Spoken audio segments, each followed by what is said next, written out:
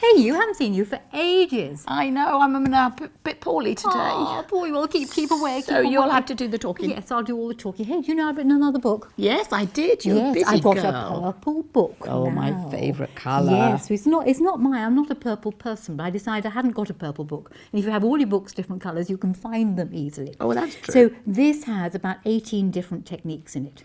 So let me whisk you through some of the techniques you got in this book. I've done it as I did with Stitch Bits, all in glorious Technicolor.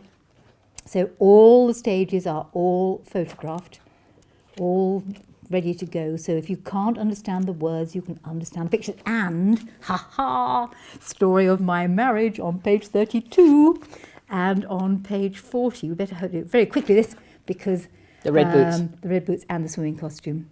And what happened in Peckham swimming pool. My daughter-in-law only just about forgiven me for it. So what have we got in the book? Well, over my shoulder we have the sling bag, because you can sling it over your shoulder.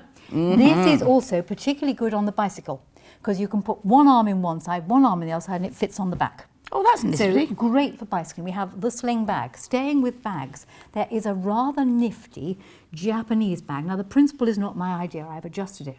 Where you take two rectangles, you sew them together. When you tie the little straps together there, you've got this rather interesting bag, which looks like a triangle, but when you sit it down, it actually sits down square. It has a flat bottom. Oh, we like flat bottoms. We like flat bottoms. So that just sits. And again, pop it over your shoulder there, that. You could, of course, do it from different squares of fabric, making a really nice, colourful bag. Yeah. You can do it any size, and you could even use one of those buckle clips to fasten the straps together. So there we go. Well, that's so nifty. there's that bag in there. Then I got into boxes, and this is a box. Now, boxes are literally covered in the book, and there's all sorts of boxes, from hexagon boxes to square boxes. So inside this box, there's another box, and inside that one, there's another box, and they're all made in much the same way. And indeed, you can also make a hexagon box, which is really rather nice. I'll just very briefly show you the hexagon box, with a heart thing in there as well, I forgot to bring.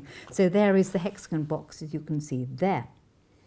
Right, so we've got boxes, and the boxes then led me on to doing the fancy Fandango box, which came out originally yonks ago in the Tucked Up in Bed book, but only briefly. I never gave enough instructions for it, so this book has exactly how you do the fancy Fandango box, which I thought was a pretty unique idea to me. I came up with it in about 1996. It's been around for a while. Some of you will have seen it, but the fancy Fandango box works a treat.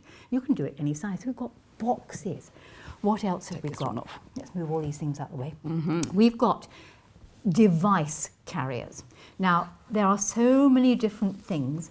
We have different devices, and you want to prop them up. This is actually a really good way to prop your device up. Wow. So you just prop it up there and it can't fall off because of the little bit of dowel. You could actually also use a pen in there. A pen, even? Yes, just get rid of an old felt tip pen that doesn't work anymore, can be used. So we've got a device there. Yeah. And then I thought, well, of course, you could make those triangles. Fabric weights. We need fabric weights to hold our patterns down. Very popular in the dressmaking world. So if you've got a dressmaker, or children's toys. So these are just the same principle as that, without the little sticky bit stuck out. Then I thought, hey, device covers, because having got into devices these days, phone cover, okay? Other device covers, they all open out. There's another one there, an even thicker one there. They open out, and indeed they prop up if you so desire.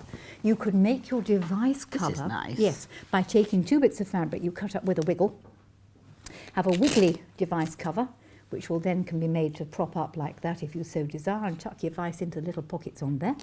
And indeed that same wiggle could be used for a cushion. And while we're talking about cushions, how about these?